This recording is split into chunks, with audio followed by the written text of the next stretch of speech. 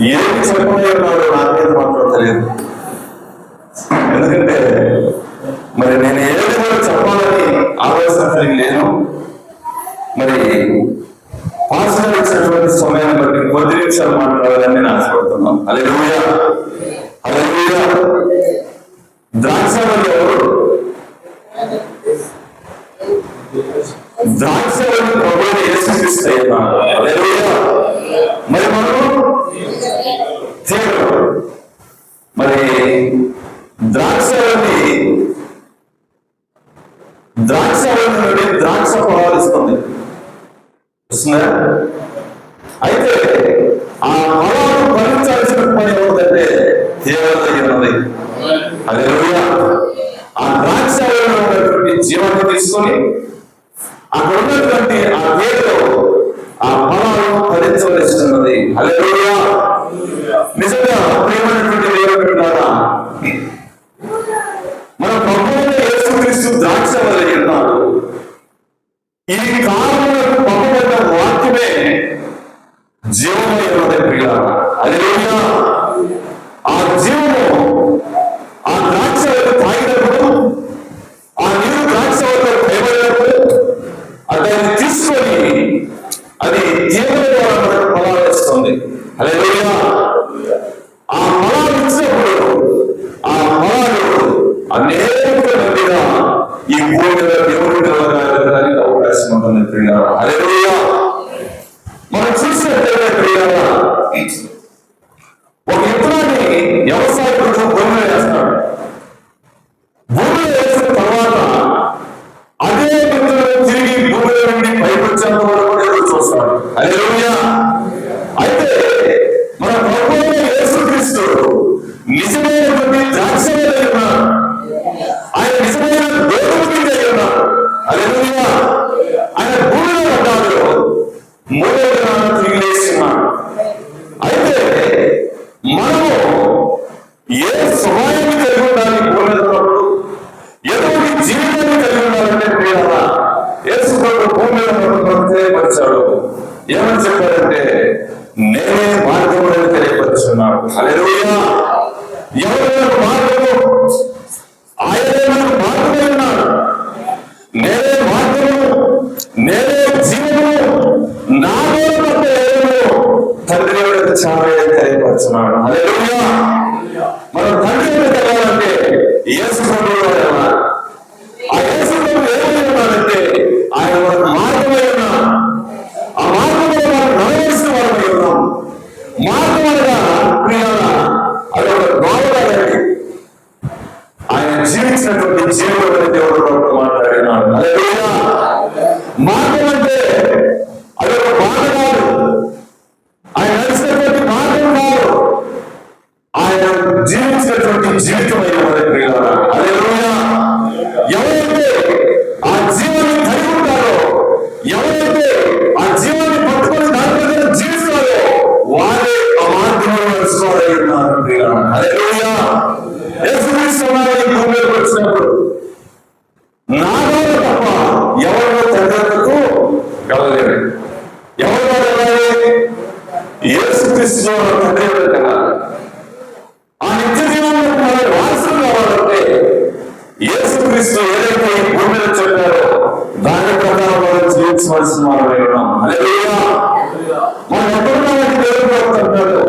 లోకమే అరణ్యంలో మనం జీవిస్తున్నామని తెలియపరుచున్నాడు. సామాన్యంగా ఏదేదో ఉన్నాయని తెలియపరుచున్నాడు. నిజంగా ప్రియులారా, మనం ఈనాడు ద్రాక్షవల్లిలో తేలికగా ఉండటానికి మరి ముఖ్యమైన కారణం ఏంటంటే ప్రియులారా, మనం ఎప్పుడో దేవుడిలో భాగమై ఉన్నాం. హల్లెలూయా. దేవుడిలో భాగమై ఉన్న మనము ఒక దినాల్లో ఈ భూమి మీదకి వచ్చాం. ఈ భూమి మీద మానవుడే ఆ శాపములను పట్టుకొని ఉన్నది. ఆదాములో వచ్చినటువంటి మరణము మానవ జాతిని అంతటి కూడా మరి మరణానికి తీసుకుని వెళ్తున్నది. అయితే ప్రభువైన యేసుక్రీస్తు ఈ భూమి మీదకి కడపటి అనుభవంలో వచ్చాడు. హల్లెలూయా. ఒకరిగా ఈ భూమి మీదకి మరణం వస్తే మరొకరిగా ఈ భూమి మీదకి జీవం వచ్చిందని దేవుని వాక్యం తెలియపరుస్తూ ఉన్నది. ఆ జీవం ఏదనగా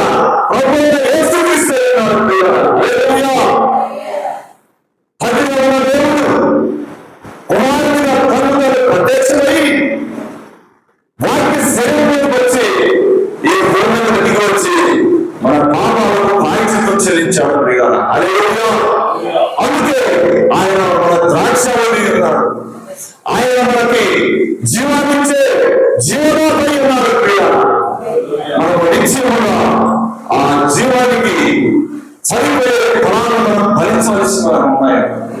ఆ గోధుమ మీద భూమిలో పడ్డప్పుడు ఆ గింజ ఎలాగైతే తిరిగి సరిపోయి మరలా దాని నుండి అంకురం నుంచి మొక్కగా బయటకు వచ్చి అది అనేకమైనటువంటి గోధుమ గింజలను తీసుకుని వస్తుంది. సరిపోయి తిరిగి వేసి అలాగే ఆయన స్వరూపమైనటువంటి అనేక మంది తీసుకొని రావడానికి ఆయన ఈ భూమిలో పునరుద్ధరణయ్యారు. ఆ పునరుద్ధరణ శక్తిని మనం పొందుకోవాలంటే ఈ భూమి ఉన్నప్పుడు మనం కూడా ఆ మార్గంలో నడవలసుకోవాలని ఉన్నాం. నేను ద్రాక్షావల్లి ఉన్నాను, మీరు నా తీగలై ఉన్నారు. హల్లెలూయా. ద్రాక్షావల్లి ఏ ఫలాలైతే ఫలించాలని ఉద్దేశం పెరుగుతున్నదో ఆ ఫలాన్ని దేవుడు ఫలించవలసిన వారై ఉన్నాం. ఈనాడు క్రైస్తవులు చెప్పుకున్న ప్రతి ఒక్కరు కూడా ద్రాక్షావల్లిలో భాగమై ఉన్నారు. ఆ ఫలాలను తీసుకొని రావాల్సిన వారై ఉన్నారు. ఆ ఫలాలను తీసుకొని రానట్లయితే వారు క్రైస్తవులు కాదని దేవుడి వాక్యం తెలియపరుస్తున్నది. హల్లెలూయా. అందుకే నేనే మార్గములు, నేనే సత్యములు, నేనే జీవమై ఉన్నాను. ఆ సత్యమైనటువంటి మార్గంలో మనం నడవలసిన వారమై ఉన్నాం. హల్లెలూయా. హల్లెలూయా. నిజముగా ఈ చివరి కాలంలో ఒక వెలుగు మనకి ప్రత్యక్షమైంది ప్రియులారా. ఆ వెలుగులో కాదని ఈ కాలంలో పంపబడినటువంటి వాక్యం. హల్లెలూయా. ప్రతి కాలంలో కూడా దేవుడు ప్రతి కాలానికి ఒక వాక్యం ఇచ్చాడు. కానీ ఈ చివరి కాలానికి ఒక పరిపూర్ణమైనటువంటి వాక్యాన్ని ఇచ్చాడు. హల్లెలూయా. అదే సార్ ఈ సంఘకాలంలో ఈ బైబిల్ ఉంది, ఈ బైబిల్ అనుకుంటుంది కదా, మరి పరిపూర్ణమైంది ఎట్లా ఉంది, ఇది పరిపూర్ణమైంది, ఇది నిజమైన వెలుగని ఎలా తెలుసుకుంటారంటే ప్రియారా, నిజంగా ఈ కాలంలో పంపబడినటువంటి ప్రవక్త బైబిల్లో మొదటి సంఘ కాలం నుండి చివరి సంఘ కాలం వరకు ఓ బైబిల్లో ప్రతి మాట కూడా దానికి అర్థాన్ని నేర్పించాడు ప్రియారా. హల్లెలూయా. ప్రతి మాటని అర్థాన్ని నేర్పించున్నాడు. అందుకే ఏదో పలుకు దినములలో స్వార్థ మరణంలోని సమాప్తిని తెలియపరుచున్నాడు. హల్లెలూయా. ఓ విధంగా ఒక పరిపూర్ణమైనటువంటి వాక్యాన్ని ఈ కాలంలో ఒక వెలుగు వచ్చి మనకు బయలుపరిచింది ప్రియులారా. మనం నిత్యముగా ఏమై ఉన్నామంటే దేవుని యొక్క తీవ్రమై ఉన్నాం, దేవుని యొక్క ఒడువై ఉన్నాం, వాక్యానుసారమైనటువంటి జీవితాన్ని కలిగి ఉండవలసిన వారమై ఉన్నాం ప్రియులారా. మనం చూసినట్లయితే కొన్నిసార్లు కొన్ని చెట్లు ఉంటాయి. ఆ చెట్లకి కొమ్మలు వస్తాయి, కానీ ఎన్నాళ్ళు చూసినారని కాయలే, ఎన్నాళ్ళు చూసినారని అవి కాయలు, అవి ఒక రకమైనటువంటి స్థితిలో ఉంటాయి. కానీ ఈ చివరి కాలంలో మనం కాయలేసినటువంటి సమయం అని చెప్పి హల్లెలూయా. అందుకే దేవుడు కోరుతున్నాడు, ఈ చివరి కాలంలో నిజమైనటువంటి ప్రతి క్రైస్తవుడు కూడా వాక్య భయపాటు పెట్టుకొని పరిశుద్ధాలను కొనుక్కొని ఎంతవారి కోసం ఎదుర్కోవాలని తెలియపరుచున్నాడు ప్రియులారా. హల్లెలూయా. ఈ కాలంలో దేవుడు దేని కోసం ఎదుర్కోవాలంటే ఎంతవారి కోసం ఎదురు చూడాలి. ఎంతవారి కోసం ఎదురు చూస్తే సరిపోదు, కానీ ఎంతవారి ముందు దేవుని యొక్క మార్గంలో నడవలసిన వారమై ఉన్నాం. ఆ మార్గంలో నడిచినప్పుడు నిజమైనటువంటి ఈ కాలం వెలుగులో మనం నడిచినప్పుడు పరిశుద్ధాత్మను మనం పొందుకుంటాం. హల్లెలూయా. దేవుడు మనకు చెప్పలేదా, నువ్వు నిజంగా ఈ వాక్యాన్ని పరిపూర్ణంగా అన్నట్లయితే, ఈ వాక్యానుసారంగా జీవించాలని ఉద్దేశం ఉన్నట్లయితే నిత్యముగా ఈ కాలంలో పంపబడిన వాక్యమే నీకు పరిశుద్ధాత్మ ఉన్నదని తెలియపరుచున్నాడు. హల్లెలూయా. నిజంగా ఈ కాలంలో పంపబడిన వాక్యాన్ని నువ్వు పరిపూర్ణంగా నమ్మి దాని ప్రకారం జీవించాలనే ఉద్దేశం కలిగినట్లయితే, దాని ప్రకారం జీవిస్తున్నట్టు కాదు, దాని ప్రకారం జీవించినట్లయితే జీవించాలన్న ఉద్దేశం కలిగి ఉన్నట్లయితే హల్లెలూయా ఆ మిగతా కార్యాన్ని దేవుడే చూసుకుంటాడు పిల్లలు. అందుకే ఈ చివరి కాలంలో మనం దేవుడి కోసం ఎదురు చూడాలంటే ఎంతమంది కోసం ఎదురు చూడాలి, ఎంతమంది విశ్వాసం మనకు కావాలి. అదే మనం చూసినట్లయితే అనేక మంది విశ్వాసులు వారి విశ్వాసంలో మూట కట్టుకొని వారి విశ్వాసాన్ని పొందుకొని వారి దేవుని వాక్యం ప్రకారం జీవించడానికి ఇష్టపడి ఉన్నారు. అందుకే అబ్రహాము అన్నాడు, నిలబడమైనటువంటి పట్టణం భూమి మీద లేదు, ఉన్నతమైన స్థానంలో ఉన్నారు, ఎంతో ఆస్తి కలిగి ఉన్నారు, గొర్రెలను మంటలు బట్టలు అనేకమైన కలిగి ఉన్నప్పుడు కూడా అతను తెలుసుకున్నది ఒకే ఒకటి ఏమిటంటే ఇది నిలబడమైనటువంటి పట్టణం కాదు. దేవుడు వాగ్దానం చేశాడు, అబ్రహాము నువ్వు ఎక్కడ కాలు పెడితే అదంతా నీకు ఇస్తాడు అని తెలియపరిచినప్పుడు కూడా అబ్రహాము దూరదృష్టితో ఆలోచించాడు.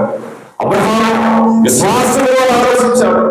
దేవుని ప్రతి మాటలో తట్టుకోవాలని, దేవుడి వాగ్దానము ఖచ్చితంగా జరుగుతుందని అబ్రహాము జీవితంలో తెలుసుకున్నాడు పిల్లలు.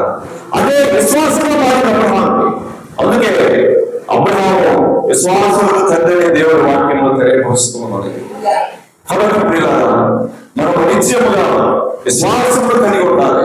విశ్వాసంలో సరిపోదు, మరి క్రియల విశ్వాసం అది గొప్పమైందని యాకోబు మాట్లాడుతున్నాం. మన గుణాలు ఏమిటంటే విశ్వాసమే అన్నది ప్రియుల. విశ్వాసం ద్వారా మనం దేవుడిని ఎదవలసిన వారమై ఉన్నాం. విశ్వాసం ద్వారా వెలుగులో నడవలసిన వారమై ఉన్నాం. అందుకే దేవుడు అంటాడు, విశ్వాసం అబ్రహాముకి విశ్వాసాన్ని కొనసాగించేవాడు, దాన్ని నడిపించేవాడు క్రీస్తు అని తెలియపరిచాడు. హల్లెలూయా. అది అబ్రహాము గారి విశ్వాసము, అది దేవుడే అబ్రహాము పెట్టాడు పిల్లలు. అలాగే ఈనాడు ఈ చివరి కాలంలో నిజమైనటువంటి ప్రత్యక్ష అది ఒడిలో పెట్టాడు దేవుడు. హల్లెలూయా. ఈ చివరి కాలంలో అనేకమైనటువంటి వర్తమానాలు మనం చూసినట్లయితే చాలా సంఘసేవలో ఉన్నటువంటి వారు వాటిని నమ్మలేదు. అవన్నీ కూడా వారికి మింగడానికి వాటిగా మిగిలిపోయాయి. అయితే ఏ కాలంలో పంపబడిన ప్రవక్త ఆ వాక్యము ప్రవక్త మాట్లాడారా? ప్రవక్త మాట్లాడినట్లయితే అది నిజంగా దేవుని వాక్యంలో ఉంటుందని ఈ కాలం ఎవరు మాత్రమే దాన్ని నమ్మగలుగుతారు. హల్లెలూయా. ఇది గుడ్డిగా నమ్మడం కాదండి. ప్రవక్తగా నిత్యముగా దేవుని నోరైనాడు. దేవుడి దగ్గర నుంచి ఆయన వాక్యాన్ని తీసుకుని వచ్చి మాట్లాడేవాడు. హల్లెలూయా. కొన్నిసార్లు వర్తమానాలు చదువుతున్నప్పుడు ఆ వర్తమానాల్లో ప్రవక్త మాట్లాడుతున్నాడు, ఇది నాకు దేవుడు బయలుపరిచింది కాదు, ఇది నేను అనుకుంటున్నా. హల్లెలూయా. ఇది నేను అనుకుంటున్నా. ఒకవేళ ఎక్కడాడు ఇంకా కొన్ని సంవత్సరాల్లో ఇన్ని సంవత్సరాలు జరగవచ్చు, అది ప్రవక్త ఉజ్జాయింపు చెప్పాడు కానీ అది దేవుడు చెప్పింది కాదని ఆయన తెలియపరుచున్నాడు పిల్లలు. హల్లెలూయా. ఎవరు చెప్పగలరు? 4 మాటలు చెప్తే జరుగుతుంటే 10 మాటలు చెప్తారు. ఆ 10 మాటలు జరిగినా జరిగిపోయినా ఇంకా చెప్పగలుగుతారు. అయితే పిల్లల దేవుడు ఏర్పరచుకున్నటువంటి ప్రవక్త నిత్యముగా వాక్యాన్ని వేడి వాడు వాక్యాన్ని పట్టుకొని దాని ప్రకారం జీవిస్తాడు. హల్లెలూయా. ఆయన ఆ కాలంలోనే ఆయన తెలియపరుస్తున్నాడు. మరి దేవుడు చేయబడుతున్నాయి, అనేక ప్రాంతాలు కలవలసింది, అనేక చోట్ల దేవుడు దేవుడున్నారు అని ముందుగా మాట్లాడుతున్నాడంటే పిల్లరా, అది నిత్యముగా ఈ కాలం వరకు మన కోసం చేయబడినటువంటి దేవుడు ఉన్నాయి పిల్లరా. హల్లెలూయా. ఎక్కడ అమెరికా దేశం ఎప్పుడు ప్రవక్త ఆయన సరిపోయే చాలా సంవత్సరాలు అవుతుంది, అయినప్పుడు కూడా ఆ మాటలో జీవం ఉందని మనం నమ్మవలసిన వారమై ఉన్నాం. హల్లెలూయా. దేవుడే ప్రవక్తను ఏర్పరచుకొని ప్రవక్తలు మాట్లాడి ఎన్నో గొప్ప కార్యాలు జరిగించారు పిల్లరా. ఆ కార్యాలు మీరు నమ్మినట్లయితే ఈ చివరి కాలం వరకు ఆ కార్యాలు చేయబడుతుందని కార్యాలు చేస్తారని తెలియపరుస్తున్నాం. కాబట్టి మనం చివరి కాలంలో ఉన్నాము. దేవుని స్వరూపాన్ని ధరించుకొని దాని ప్రకారం జీవించాల్సిన వారు ఉన్నాము. ఈ లోకం శాశ్వతమైనది కాదని దేవుడి వాక్యం తెలియపరుస్తుంది. హల్లెలూయా. శాశ్వతమైనటువంటి రాజ్యం ఉంటుందని, ఆ రాజ్యంలో మనం ప్రవేశించాలంటే భూమి మీద మనం సరి చేసుకోవాలని, దేవుని ఆత్మతో నింపబడి ఎంతమంది విశ్వాసంలో పొందుకొని ఉన్నారని దేవుడి వాక్యం తెలియపరుస్తూ ఉన్నది. కాబట్టి మనం నిజమైనటువంటి దేవుని యొక్క ఆ ద్రాక్షలో ఉన్నటువంటి తీవ్రమైనట్లయితే ప్రియులారా, మనం ఖచ్చితంగా ఆ ద్రాక్షకి అంటుకొని, ఆ ద్రాక్షలను అంటుకొని మనం ఫలాలు ఫలించవలసిన వారం ఏమన్నా. ఫలాలు ఫలించినట్లయితే మనం దానివల్ల మనకు ప్రయోజనం ఏమీ ఉండదు. మనం చూసినట్లయితే ఒకసారి యేసు ప్రభు ఒక అంజూరపు చెట్టు దగ్గరికి వెళ్ళి దానికి ఫలాలు శిక్షించారు. అలాగే మనం ద్రాక్షలను అంటుకున్నట్లయితే, ఫలాలు ఫలించినట్లయితే దానివల్ల మనకి ఏ ఉపయోగం కూడా ఉండదు. కాబట్టి మనం ఈ చివరి కాలంలో ఉన్నాము. ఫలాలు ఫలించే కాలం ఉన్నది. ఓ నిజంగా మనకి 7 గ్రూపులు, ఏడు ముద్ర యొక్క ప్రత్యక్ష, ఇవన్నీ కూడా అవి మన కొరకే ఇవ్వలేదు. వాటి ద్వారా మనం పరిపూర్ణంగా కావాలని దేవుడి యొక్క ఉద్దేశమైనది ప్రియులారా. హల్లెలూయా. మరి ఎక్కడికైనా సంఘసభలో ఫోటోలు పెట్టిన వలయంటే అంత్యకాల వర్తమానాలు తెలియపరుస్తున్నాం. చివరికాల వర్తమానం అనేది బాప్తిసం పొందని తెలుసుకోబడతారు. ఇదే చివరికాల వర్తమానం. బాప్తిసం పొందలేదు. రాత్రి మేము దొరకలేనప్పుడు ఆయన అంటున్నాడు, 3 బాప్తిసం పొందుతున్నాం. నేను చాలా ప్రయాసపడ్డాను. 3 బాప్తిసం పొందినట్లయితే నేను చాలా ప్రయాసపడ్డాను. 3 కూడా మరి పొందేటట్లేదు. నా ఖర్చు అయితే 1,50,000 అంటున్నాను. ఎన్ని లక్షలు ఖర్చు అయినా ఏదైనా బాప్తిసం పొందిన పరిపూర్ణమైనటువంటి దేవుని వాక్యాన్ని అంగీకరించకపోతే, దేవుని కుమారుడుగా కట్టబడకపోతే దానివల్ల ప్రయోజనమే ఉన్నదని దేవుని వాక్యం తెలియపరుస్తుంది. హల్లెలూయా. బాప్తిసం పొందొచ్చు, నీకున్న వాళ్ళు మానుకోవచ్చు. పరిశుద్ధాత్మ పొందుకోకుండా ఈ పూర్వలో క్రైస్తవుడిగా జీవించినట్లయితే దానివల్ల నీకు ఎటువంటి ప్రయోజనము? నీకు ద్రాక్షావళితో సంబంధం ఉండదు. తీవ్రంగా చెప్పుకోవడమే కానీ నువ్వు తీగవు కావు. కాబట్టి పిల్లల ఆ ద్రాక్షావళి తీగలు, ఆ ద్రాక్షలో ఉన్నటువంటి ఆ జీవాన్ని తీసుకొని అది ఖచ్చితంగా ఫలించవలసినది. అవి ఫలించినప్పుడు మాత్రమే నిశ్చయముగా అవి దేవుని వారసత్వం పొందుకుంటారు. హల్లెలూయా. హల్లెలూయా. దేవుడి బిడ్డలుగా, దేవుడి కుమారులుగా, దేవుడి యొక్క చిత్తాన్ని నెరవేర్చేవారుగా ఉండాలి అంటే మనం ఖచ్చితంగా ఆ ద్రాక్షలో భాగమై ఉన్నాం. దేవుడి కుమారుడు ఎవరు పెట్టారు? ఇప్పుడు స్టీఫెన్ గారి కుమారుడు ఆ రాజుకి వారసుడు అవుతాడు. మరి ఆ ఇల్లు కట్టితే ఆ ఇంటికి వారసుడు అవుతాడు. అలాగే దేవుడి కుమారుడు ఏమంటాడు? దేవుడి కుమారుడు దేవుడి యొక్క స్వాస్థ్యానికి వారసుడై ఉంటాడు. అదేవిధంగా దేవుడు ఏదైతే చేస్తున్నాడో అవన్నిటికీ కూడా వారసుడై ఉంటాడు. దేవుడు భాగమై ఉన్నాడు కాబట్టి ఆయన దేవుడు కుమారుడై ఉన్నాడు. అలాగే మనం ద్రాక్షతో మరి అంటుకట్టబడి దేవుడుగా ఎదిగినట్లయితే మనం నిత్యముగా మనమే నిజమైన ద్రాక్షావళి. హల్లెలూయా. ఫలించే ద్రాక్షావళి ఎవరంటే మనమే. నిత్యముగా ఈ కాలంలో దేవుడి యొక్క ఉద్దేశం ఏమిటంటే దేవుడు భాగమై మనం ఎదగవలసిన వారమై ఉన్నాం. దేవుడి చిత్తాన్ని మనం నెరవేర్చవలసిన వారమై ఉన్నాం. హల్లెలూయా. మరి పాస్టర్ గారు మనకి ఒక వాక్యం చెప్పాడు. అదేంటంటే చంద్రుని యొక్క ఆ యొక్క వేడిని సూర్యుడు తీసుకొని, చంద్రుడు పొడుగుకిన తర్వాత, సూర్యుడు ఆగిపోయిన తర్వాత ఆ చంద్రుడు ఏం చేస్తాడంటే ఈ ఉన్నటువంటి విశ్వంకి ఎరుగై ప్రకాశమానమైన ఎరుగతాడని తెలియపరచు. తెలియపరుచున్నాడు. దేవుడు కోరుతున్నాడు, సూర్యుడు నీతి సూర్యుడు ప్రభువైన యేసుక్రీస్తు అంటే ఆ శరీరుడు ఎవరు, ఈ కాలం ఒడుగుని దేవుడు ప్రవర్తనాడు. హల్లెలూయా. ఈ కాలం ఒడుగు కూడా ఆ సూర్యుడు లేనప్పుడు ప్రకాశించవలసిందని తెలియపరుచున్నాడు. హల్లెలూయా. మనం కూడా ఎవరిని మనం తెలుసుకోవాల్సిన వారు ఉన్నాం. దేవుడు ఏదైనా ఏమిటాడో మనం కూడా అదే ప్రియుగా ఖచ్చితంగా ఆ మార్గంలో మనం నడవలసిన వారు ఉన్నాం. దేవుడితో అడ్డుకట్టబడిన మనము దేవుడి బిడ్డలుగా మరి ఫలాలు ఫలించవలసిన వారు ఉన్నాం. ఈనాడు అడ్డుకట్టుకుంటాం అనుకొని ఫలాలు ఫలించినట్లయితే దానివల్ల మనకు ప్రయోజనమేమి ఉండదు. కాబట్టి మనం ఖచ్చితంగా దేవుడి చిత్తాన్ని నెరవేర్చవలసిన వారు ఉన్నాము. హల్లెలూయా. హల్లెలూయా. కొద్ది మాటలు దేవుడు దీవించిన సమయాన్ని ఆవిష్కరిస్తారు.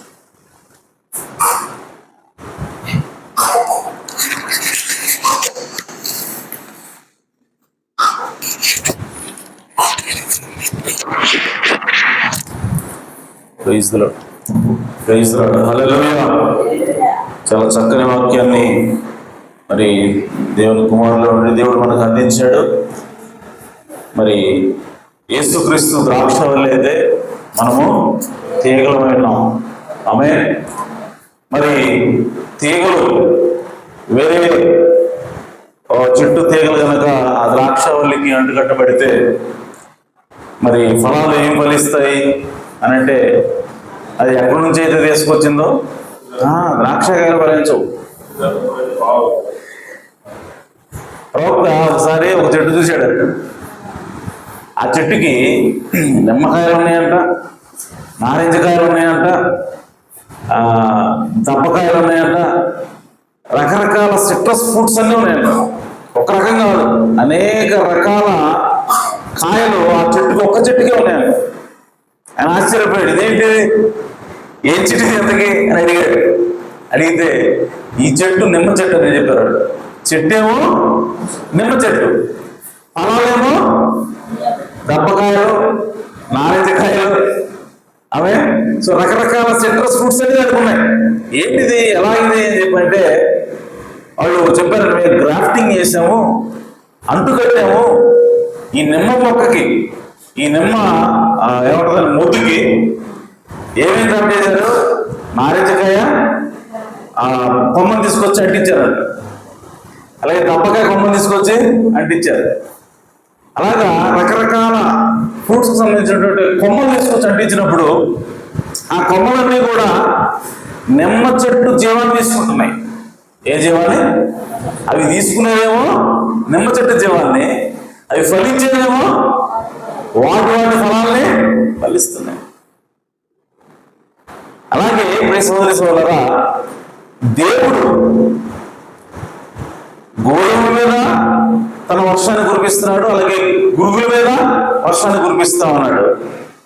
అవి మొలిచి పెరిగినప్పుడు వాటి స్వభావాన్ని బట్టి గింజలు వస్తున్నాయి. వర్షం ఒక్కటే, కానీ ఫలాలు మాత్రము వేరు వేరు. దేని పెట్టారంటే అక్కడ ఉన్నటువంటి లోపల ఉన్నటువంటి గింజను బట్టి, స్వభావాన్ని బట్టి. హల్లెలూయా. అంటే దేవుడి యొక్క ఆత్మ అభిషేకం మన మీదకి వచ్చినప్పుడు మనం ఏం ఫలాలు ఫలిస్తాము అని అంటే, సోదరి సోదరా, మన లోపల ఏ జీవం అయితే ఉన్నదో, ఏ స్వభావం అయితే ఉన్నదో అది బయటకు వస్తుంది.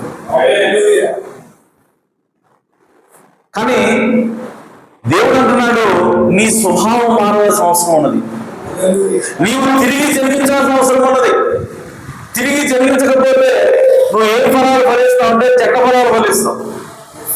నీకు ఆత్మ రావచ్చు మీదకి, నువ్వు భాషలు మాట్లాడవచ్చు, ఆత్మ చేత నువ్వు ప్రవచించవచ్చు, కానీ నీ జీవితం చూస్తే ఎలా ఉంటుంది, దయ్యాలు ఉంటుంది. నువ్వు చెడ్డ జీవితం జీవిస్తూ ఉంటావు, కానీ ఇక్కడికి వచ్చేమో భాషలు మాట్లాడుతూ ఉంటావు, ఇక్కడికి వచ్చేమో ప్రవచిస్తూ ఉంటావు. ఎందుకలా జరుగుతుంది? దేవుని అభిషేకం వస్తూ ఉంది నీ మీదకి, కానీ నీ జీవితం మారట్లేదు కాబట్టి, నీ స్వభావం మారట్లేదు కాబట్టి నీవు ఫలించే ఫలాలు చెడ్డ ఫలాలుగా ఉంటూ ఉన్నాయి. కాబట్టి దేవుడు ఏమంటాడంటే నీవు తప్పక తిరిగి జన్మించాలా. హల్లెలూయా. అయితే ప్రియ సోదర సోదరులారా, మనము మంచి ఫలాలు ఫలించాలి అంటే మన స్వభావం మారాల్సిన అవసరం ఉన్నది. మన స్వభావం మారాలి అంటే దేవుడి యొక్క పరిశుద్ధాత్మ అభిషేకం రావాల్సిన అవసరం ఉన్నది. దేవుడి యొక్క పరిశుద్ధాత్మ అభిషేకం ఎక్కడ వస్తుంది అన్నదాన్ని బట్టే మన స్వభావం మారుద్దా మారదా ఆధారపడి ఉంటుంది. దేవుడి యొక్క పరిశుద్ధాత్మ అభిషేకము మన లోపల రెండో భాగంలో వచ్చినట్లయితే, అంటే 3 భాగాలు ఉంటాయి మనకు. 1 శరీరము, 2 ప్రాణము, 3 ఆత్మ, ఆమె లేదంటే అంతరాత్మ. హల్లెలూయా. సో దేవునికి అభిషేకం కనుక నీ శరీరం మీదకి వస్తే కేవలం నీ శరీరం మాత్రమే ఉద్రేకానికి ఫీల్ అవుతుంది, ఉద్రేకానికి లోనవుతుంది. అదే నీ యొక్క ఆ యొక్క అభిషేకం, పరిశుద్ధాత్మ అభిషేకము నీ ప్రాణం లోపలికి వస్తే నువ్వు కేవలం భాషలో మాట్లాడగలుగుతావు, నువ్వు కేవలం ప్రవర్తించగలుగుతావు, కానీ నీ జీవితం మారదు. నీవు మంచి ఫలాల్ని ఫలించలేవు. నీవు ఏమై ఉన్నావో ఆ ఫలాలే ఫలిస్తావు. కానీ మన జీవితం మారి, మన స్వభావం మారి మనం మంచి ఫలాలు ఫలించాలి అంటే ఆ అభిషేకం ఎక్కడికి రావాలంటే అంతరంగంలోకి రావాల్సిన అవసరం ఉంది. సో నీ యొక్క ఆత్మలోకి పరిశుద్ధాత్మ బాప్తిస్మం రావాలా. అప్పుడే మన స్వభావం మార్చబడుతుంది. అప్పుడే మనము పరిశుద్ధాత్మ ఫలాలను ఫలిస్తాము. హల్లెలూయా. కాబట్టి ప్రియ సోదర సోదరులారా, మనము దేవుని చేత అంటుకట్టబడ్డప్పటికీ దేవుడి ఫలాలు ఫలించాలి అంటే, దేవుని ఆత్మ ఫలాలు ఫలించాలి అంటే మన లోపల పరిశుద్ధాత్మ బాప్తిస్మం ఎక్కడ జరగాలంటే లోపల అంతరంగంలో జరగాల్సిన అవసరం ఉన్నది. సో దానికోసము మనం ప్రార్థన చేసినప్పుడు, దేవునికి మనం సమర్పించుకున్నప్పుడు దేవుడు ఖచ్చితంగా అంతరాత్మలో నీకు పరిశుద్ధాత్మ బాప్తిస్మం ఇస్తాడు. నీ స్వభావం మారుతుంది. నీవు నీతి ఫలాలు లేదంటే పరిశుద్ధాత్మ ఫలాలను మనము ఫలిస్తాము. అప్పుడే మనం రక్షించబడినట్లు లెక్క. అలా కాకుండా నీ యొక్క ప్రాణంలో నీ యొక్క అభిషేకం వచ్చినట్లయితే కేవలం నువ్వు భాషలో మాట్లాడేవాడిగా మిగిలిపోతావు, కేవలం నువ్వు ప్రవచించేవాడిగా మిగిలిపోతావు, కానీ నీ జీవితం మాత్రము ఏమాత్రం కూడా మారదు, నీ స్వభావం ఏమాత్రం కూడా మారదు. కాబట్టి సోదరులారా, పరిశుద్ధాత్మ చేత తిరిగి జన్మించాల్సిన అవసరం ఉన్నది. ఆమేన్. కారు ద్రాక్షాలమైనటువంటి మనము మంచి ద్రాక్షావల్లికి మనము అంటుకట్టబడ్డాం. అయితే మన స్వభావం మారాల్సిన అవసరం ఉన్నది, లేదంటే కారు ద్రాక్షాలే ఫలిస్తాం. ఆమేన్. కాబట్టి ఈ సోదరులారా, మంచి వర్తమానాన్ని మరి సహోదరుడు అందించాడు. సహోదరుడిని దేవుడు సమృద్ధిగా దీవించును గాక. అలాగే ఈ వాక్యమును దేవుడు సమృద్ధిగా ఆశ్రయించును గాక. దేవుడు మనల్ని దీవించును గాక. ఆమేన్. తల వచ్చినట్లయితే ప్రార్థన చేద్దాం. జీవము కలిగిన తండ్రి, సర్వోన్నతుడా, సర్వశక్తి గల ప్రభువా, మీ ఘనమైన ఉన్నతమైన నామమునకు స్తుతులు స్తోత్రం చెల్లిస్తున్నాం. అయ్యా, మీరు ద్రాక్షవల్లి అని, మేము ఫలించే కొమ్మలమని మాతో మాట్లాడారు. నిజమైన తండ్రి, అయ్యా, ఫలించేది ఎక్కడనంటే కొమ్మలే ఫలిస్తాయి తప్ప, అయ్యా ద్రాక్ష నా తండ్రి ఆ స్టెమ్ అనేది ఎప్పుడు కూడా ఫలించదని మా ప్రవక్త అన్నాడు తండ్రి. క్రీస్తు యొక్క జీవము మేము తీసుకుని ఫలించాల్సిన బాధ్యత మా మీద ఉన్నది నాయన. కనుక ఇదిగో నాయన, 2వ భాగంలో మాకు అభిషేకం వద్దు కానీ నా తండ్రి అంతరంగంలోనే నీ యొక్క పరిశుద్ధాత్మ అభిషేకం మాకు దయచేయమని ప్రార్థిస్తున్నాను. తద్వారా మా స్వభావాన్ని మార్చండి. తద్వారా అయా దేవుని యొక్క ఆత్మ ఫలాలను ఫలించేటువంటి భాగ్యం మాకు దయచేయమని ప్రార్థిస్తున్నాను. ఈ లోకంలో మేము జీవిస్తున్నప్పుడు ఈ లోకానికి మేము వెలుగున్నామని వాక్యం సెలవిస్తా ఉన్నది. అయ్యా, ఈ లోకానికి యేసుక్రీస్తు యొక్క ప్రేమను ప్రచురించాల్సిన అవసరం, బాధ్యత మా మీదే ఉన్నది నాయన. ఈ లోకానికి యేసుక్రీస్తు యొక్క జీవమును, యేసుక్రీస్తు యొక్క గుణగణాలను ఈ లోకానికి పరిచయం చేయాల్సినటువంటి బాధ్యత మా మీద నువ్వు పెట్టి ఉన్నావు తండ్రి. కనుక మేము నాయన ఆత్మచేత అభిషేకించబడినట్లుగా, ఆత్మచేత తిరిగి జన్మించినట్లుగా ప్రభువా సంఘమును దీవించమని ప్రార్థిస్తున్నాను.